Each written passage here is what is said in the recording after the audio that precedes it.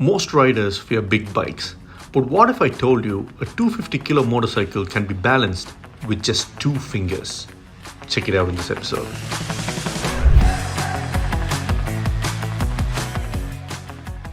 Hello everyone, this is Suprej Venkat. Welcome to Chapter 2. In Chapter 1, we looked at some of the fundamentals, the basic things on a motorcycle. How do you get on a big adventure bike? What are the riding modes and so on? Today, we're going to step it up a notch. We're going to see how to overcome this mass. See, this bike, with the panniers and stuff is more than 250, 260 kilos. Now, how do you handle such a big bike? And when you start riding such a big bike, you'll come across situations where you have to move your bike behind, you've got to push your bike at certain places, and it can become very intimidating, given its weight. That's why it's very important to understand the weight of the bike, how balanced the bike is, and do some exercises before you head out. So you could confidently go, park your bike anywhere, pull it out, and so on. So today we look at some exercises that will teach you some of those things.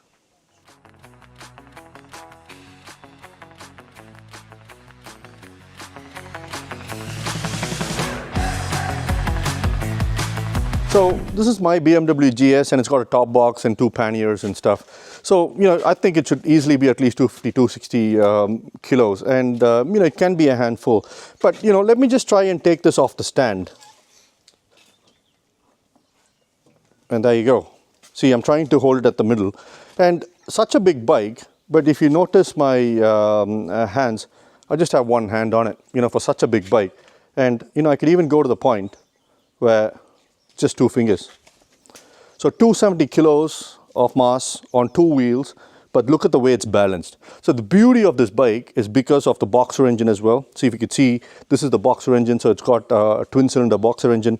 It counterbalances each other, but just look at this, right? So it's not a bike that has to be feared. You just need to understand how to work with this mass. Now, next what I'm going to do is I'm going to show you an exercise that you could practice at home. Maybe to be safe, you could put the side stand, leave the side stand on, and maybe move your bike to a garden or a grass or a sand or somewhere. So in case the bike falls, you're okay. And then just hold your bike in one hand, right? And just try to feel it. So you'll feel a center point where it actually feels like the bike is absolutely weightless. See, you could actually hold it just like this, just with the mirror. Right? There's a little bit of adjustments that has to be done, but the bike is so well balanced that you could just walk around the bike with just one hand. See, I just got two fingers here, yeah? And then from here, try to stabilize the bike at that point, then move on to the mirror, right? Just continue to feel that center point where the bike is so beautifully balanced, and then walk to the back. There you go, just one small adjustment, correction, and that's it. So such a big bike, but it's hard to believe that it's so well balanced. There you could just walk around the bike completely, just with one hand. So now, why are we doing this? So the whole point is the fear of the weight goes away, right? So when such a big bike and you're able to walk around it so easily, the fear goes away. So this is a good exercise that you could learn to understand the dynamics of the bike, because this will come in very handy, especially when you're pushing the bike and pulling the bike back. You actually feel that is the key point, because the center point changes depending on where your steering is. See, if the steering is straight, the center point, the weight balance is different.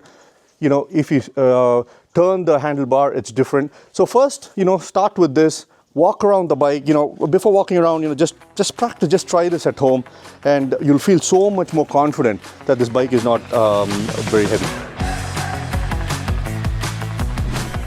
Next, I'll show you how to actually move the bike. But before that, I'd like to give you a quick tip on how to actually hold the handlebar the right way. So there are two ways, right? So one is you could have your elbows like this, or you could have it out. The problem is when you have your elbows in, you don't get much leverage. But when you have it out, you could actually get a lot more leverage. So, the best way that I find is you actually hold your steering like this, and two fingers. Two fingers is what you keep on your clutch and your brake, because if you have 4 fingers, you can't modulate it. That modulation is not there. So, the best way is to keep your elbows wide, your palms on the widest part of the handlebar, 2 fingers on your brake and clutch. Right. Once you got that, then take the bike off the stand, hold the brake, hold the front lever, and just walk the bike. Walk the bike. Yeah, just make sure you keep your elbows wide, and that's it. So the key when walking the bike is not to look down. You should be looking up, because that's the importance of vision, which we'll cover in another chapter. But to make it very easy, just look up, your fingers on the brake, and just walk the bike, right? Wherever you want to go. Just relaxed. You remember the exercise that we did earlier? The bike has a beautiful center point. So just find that center point, and then pushing the bike is just a charm, right? And if you practice this, you'll feel much more comfortable when you go out and about and to move your bike around. The third thing that you could actually practice at home is to move your motorcycle with the engine running. This is useful in situations, let's say, there is an uphill and you're not, obviously, it's extremely hard to push such a big motorcycle uphill. So you could let the engine running and then actually walk alongside the bike. I'll show you how that's done. Just take the side stand off, find the center balance point that we spoke about earlier, and hold the handlebar just like how I explained earlier, elbows wide, clutch in, brake in, start the engine. And if you noticed, I've got 2 fingers on the clutch and 2 fingers on the brake, and I'm just going to slowly roll the clutch. I'm not fully letting go. I'm in control of the, so this is slight downhill.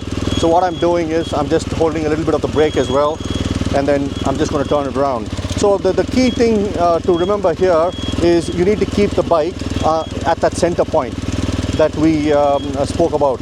So if you keep it in the center point, then you'll feel, that's a feeling that you just have to have, and then you could actually walk with the bike. And so we're going uphill now. I just did a turn, but even while turning, I'm feeling where that center point is. I'm making small adjustments with my feet, and I'm just walking alongside the bike. So this is a very useful exercise.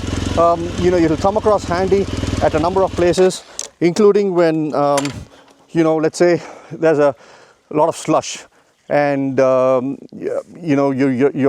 nervous to actually ride.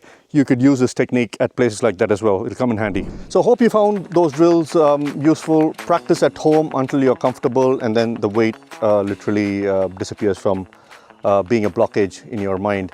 So in the next chapter, we're going to look at standing. So you might have seen some motorcyclists, adventure riders standing. So I'll explain why it's important to stand, how to stand properly, and some drills that you could practice at home.